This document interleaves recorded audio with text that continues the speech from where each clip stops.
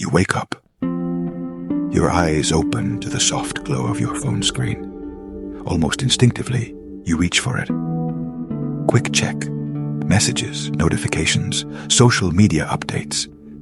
You scroll, sometimes mindlessly, sometimes searching for something you cannot name. Another day begins. You get out of bed and move through your morning routine. Shower, coffee, breakfast. You put on your mask, your public face. You smile when it's expected, even if you do not feel like it. You laugh politely at jokes that barely land. You answer questions, make small talk, all with half your mind elsewhere. You finish your work, check tasks off your list, and then try to relax. But no matter what you do, that feeling does not go away. There is a hollow space inside you, an ache, a quiet emptiness that refuses to be filled. It is not quite sadness. It is not exactly anxiety.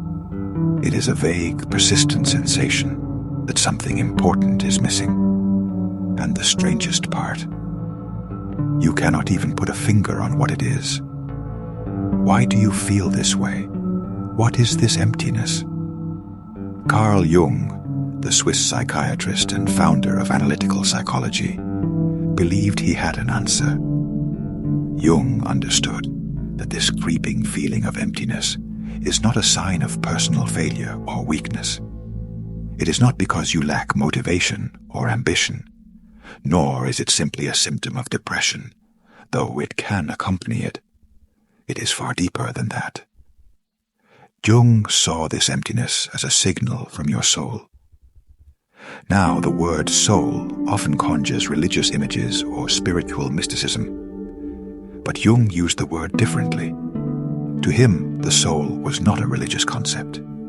It was a psychological reality, the core of your authentic self, the true you beneath the roles, expectations, and conditioning. This soul, the deepest essence of who you are, is often drowned out by the noise of the outside world.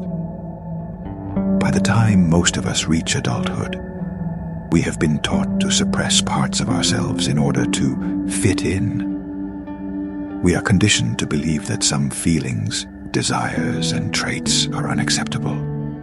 We learn to hide our anger, to silence our fears, to ignore our creativity, to repress our unique quirks. This conditioning begins from the earliest moments of life.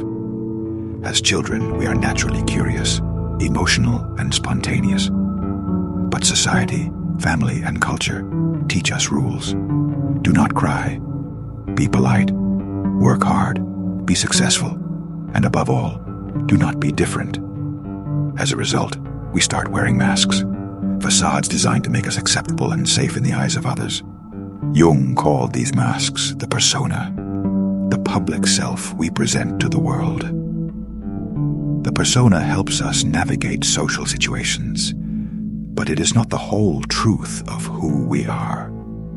The danger arises when we identify only with the persona. When we live exclusively through this mask, we lose touch with the parts of ourselves that do not fit the mold. We become disconnected from our soul. You keep smiling, but it feels hollow.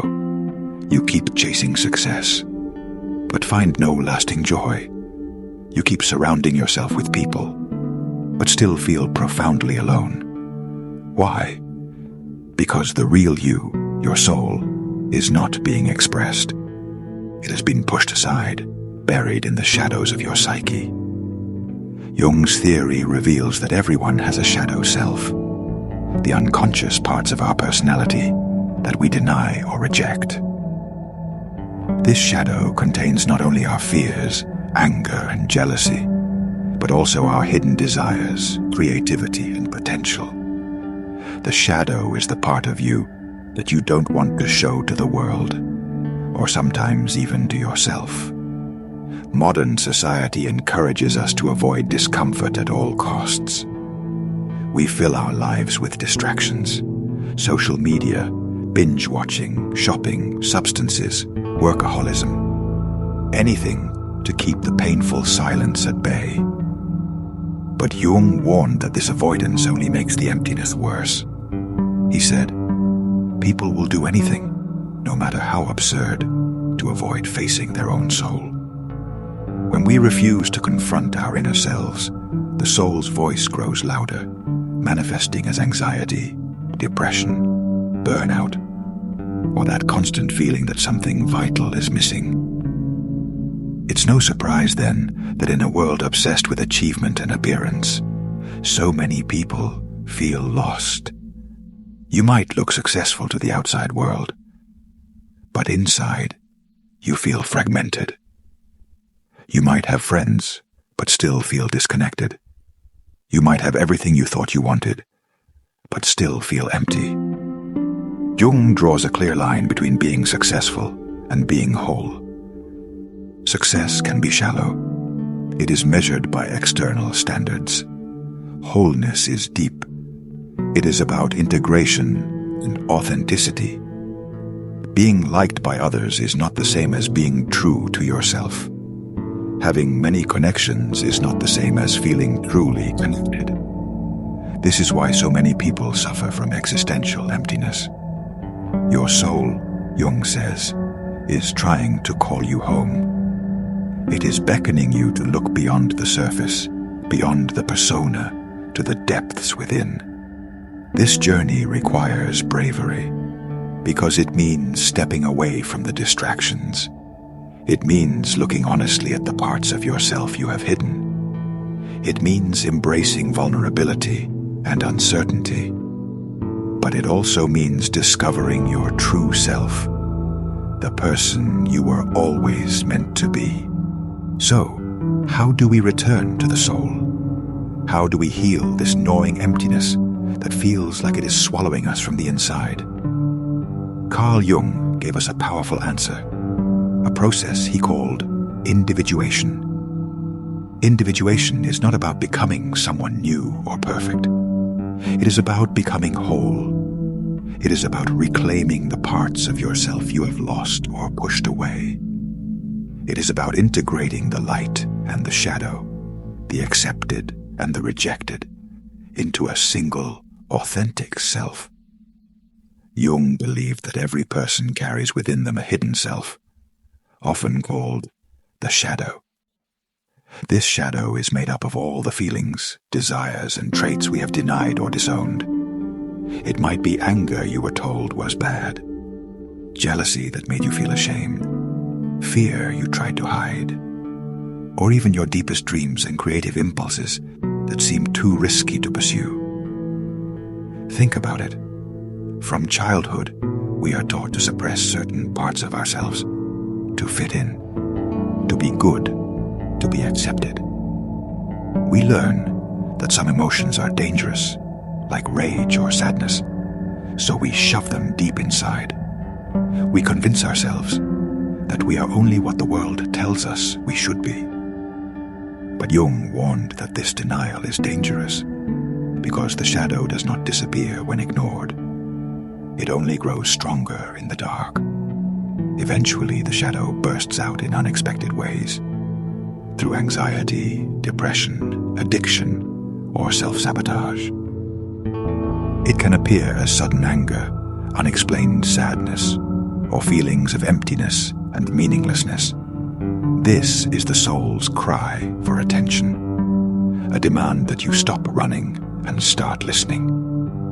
Individuation is the process of bringing this shadow into the light. It is the difficult and courageous work of looking at your whole self, without judgment, without shame. It means sitting with your fears, allowing your grief, owning your anger, and most importantly, embracing your true desires and passions. This journey is not easy. It requires vulnerability. It asks you to face parts of yourself you might have long ignored or even feared.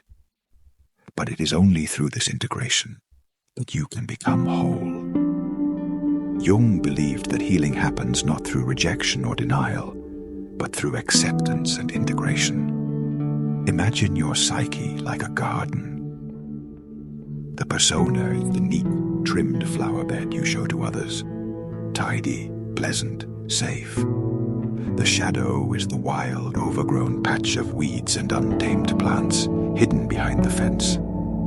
Individuation asks you to open that gate, to tend to that wild garden with care and curiosity, to see what grows there and accept it as part of your landscape.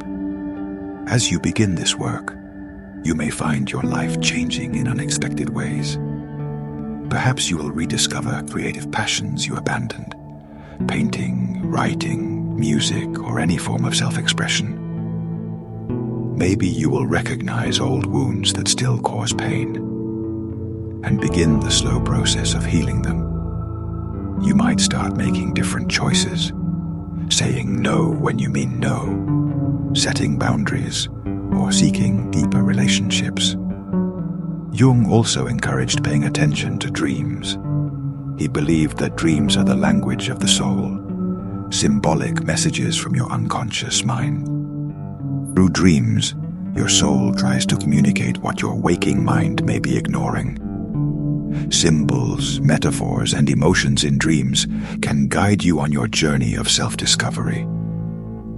Learning to listen to your dreams and your intuition is a powerful way to reconnect with your soul.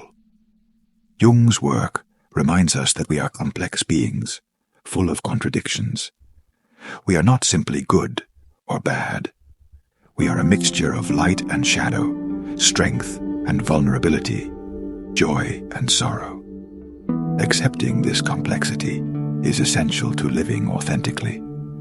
The process of individuation is not about achieving perfection or being fixed. It is about embracing your full humanity. It is a lifelong journey, a continuous dance between the masks you wear and the self you hide. So if you are feeling lost, empty, or disconnected, know this. That emptiness is your soul knocking at the door. It is an invitation, a chance to begin a deeper journey inward. Start small. Notice your feelings without judgment. Allow yourself moments of silence, away from distractions. Reflect on what truly matters to you, beyond achievements, approval, or material success. Let go of the pressure to perform or to be someone you are not. Give yourself permission to be vulnerable, because your soul is waiting for you to come home. When you do, you will find something extraordinary. A deep sense of peace, a connection to yourself that no external validation can provide, a life filled with meaning, authenticity, and purpose. This is the gift of individuation, the gift of becoming whole, and it starts with one brave step, turning inward